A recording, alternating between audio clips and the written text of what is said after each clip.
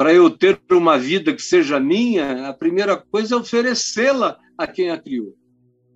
Porque fora do que aquele que criou a vida chama vida de vida, e segundo aquele que é o autor da vida, a saber, Cristo, revelado em Jesus, que é quem me ensina a viver, se eu não me oferecer a isso, eu não vou nunca ter liberdade e livre-arbítrio.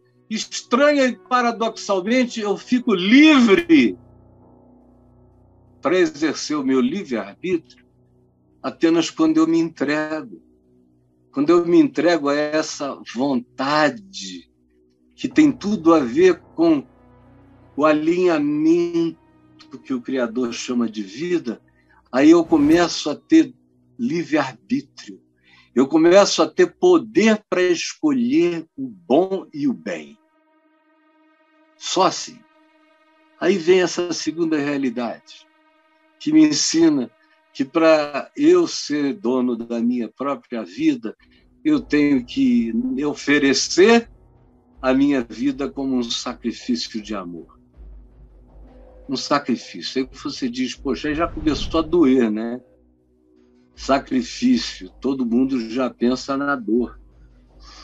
Já pensa na ovelhinha, com o pescoço cortado, o boi, o bezerro, o carneiro, o passarinho imolado no altar dos judeus e de qualquer outro povo do mundo. Todos os povos da terra, todos os povos ofereceram algum tipo de sacrifício de sangue. Mesmo os menos sanguinolentos, aqueles que faziam mais sacrifícios de flores, de frutas e de vegetais ou coisas do gênero, mas mesmo assim, nas religiões mais florais, por assim dizer, ainda tem sangue derramado. Uma vez eu estava num desses dias de sacrifício. No mundo muçulmano, eles ainda têm um dia de sacrifício de animais. E eles matam touros, e todo mundo compra um touro para matar, e depois que ele mata, a carne é dele, uma parte, uma outra metade vai para uma outra parte vai para a prefeitura, e uma outra metade ele dá para os pobres. Só um pedaço é dele, ele escolhe o melhor pedaço. E assistindo num desses dias de sacrifício, e com um amigo de fé islâmica comigo, eu falei qual o significado desse sacrifício. É muito sangue derramado. Ele falou, já foi tanto que houve épocas em que o Bósforo, aqui na frente de Istambul, ficava vermelho de sangue de animais, o sangue que escorria pelos esgotos eram derramados no rio, no mar de Marmara e outros lugares em volta daquela lindíssima cidade de Istambul. Aí eu falei, mas qual é o objetivo? Ele disse, agora já não é mais sacrifício para pedir perdão. Agora a gente oferece isso como gratidão por estarmos perdoados. Eu falei, mas é uma gratidão que não se contenta em ser apenas ação de graças. É uma gratidão que continua tendo que imolar animais para que Deus perceba a gratidão de vocês.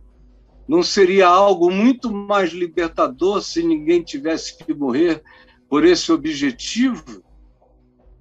Na realidade, nós estamos chegando numa era da humanidade em que, dentro de pouco tempo, as pessoas vão entender que nós precisaremos desenvolver uma outra forma de cultura alimentar e de dieta, porque não vai dar para a gente continuar matando o bicho para o resto da vida.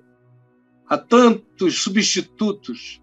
Eu não sei se eu vou conseguir até morrer, porque eu sou um ente viciado nos alimentos da minha geração e da civilização na qual eu fui criado, mas eu estimulo todos os novos que vão chegando a comerem cada vez menos carne, a matarem cada vez menos animais, a se servirem cada vez mais de outras formas de proteína, para ver se essa sanguinolência diminui. Porque para você é um churrasco, mas para o bicho, aí sim, é um sacrifício de dor, de morte. Aí você diz, mas ele não sabe de nada. Quem não sabe de nada é você. Eles sabem de tudo.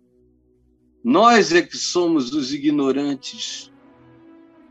Mas para que eu cresça, para ser dono da minha vida, eu preciso apresentar a minha vida como uma decisão de entrega, como um sacrifício de amor, sacrifício santo, sacrifício puro, sacrifício agradável a Deus, vivo, santo e agradável. Não é sacrifício morto. Tem gente que pensa que esse sacrifício é mortificação.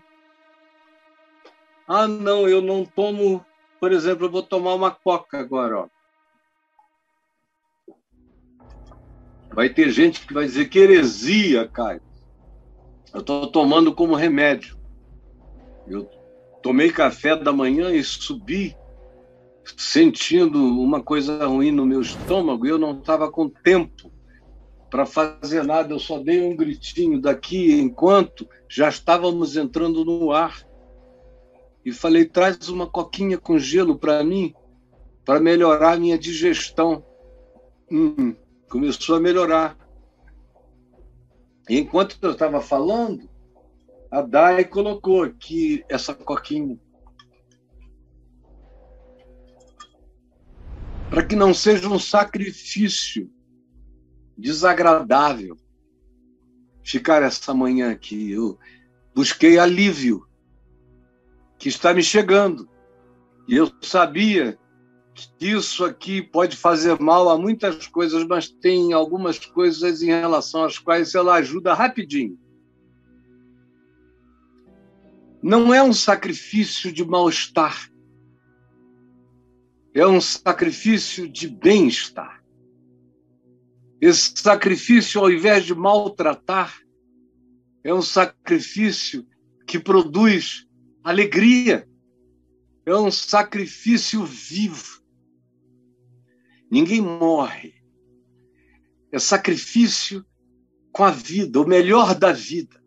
Deus não quer o pior da vida. Deus quer o melhor da vida. Ele não quer que eu me alimente de lágrimas. Ele quer que eu beba água. Ele não quer que eu me alimente de pão duro. Ele quer que eu tenha uma refeição saudável.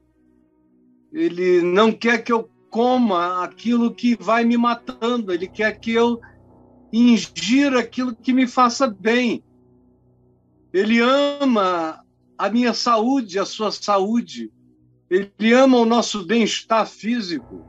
Ele ama o nosso bem-estar emocional, mental, lógico, racional. Ele criou tudo isso e ele nos quer vivos, com o melhor da nossa vida. Se você puder ficar bonito, fique bonito, bonita. Se você puder ficar mais forte, fique mais forte. Se você puder ficar mais culto, fique mais culto.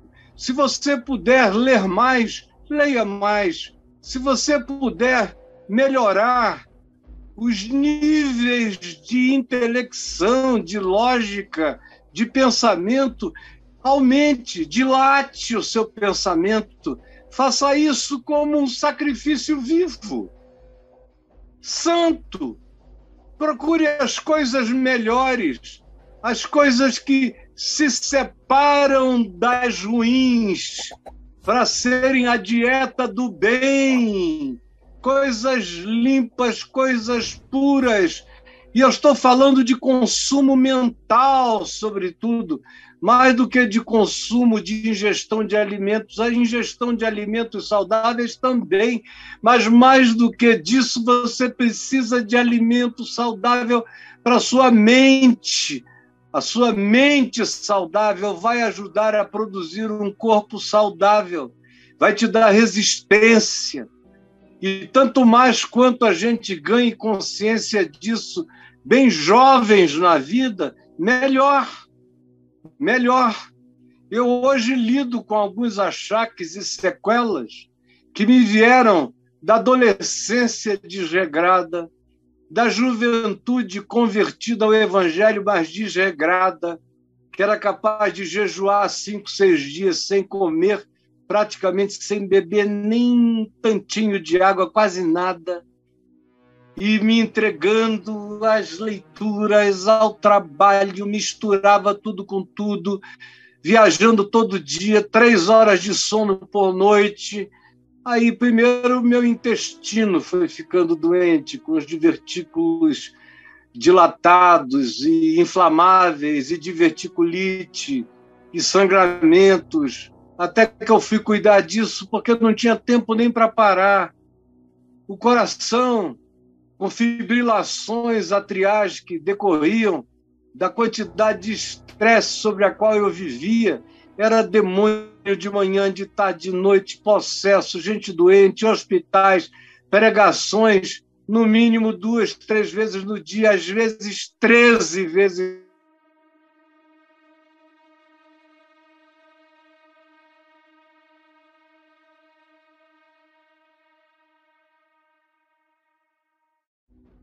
Tempo para si mesmo.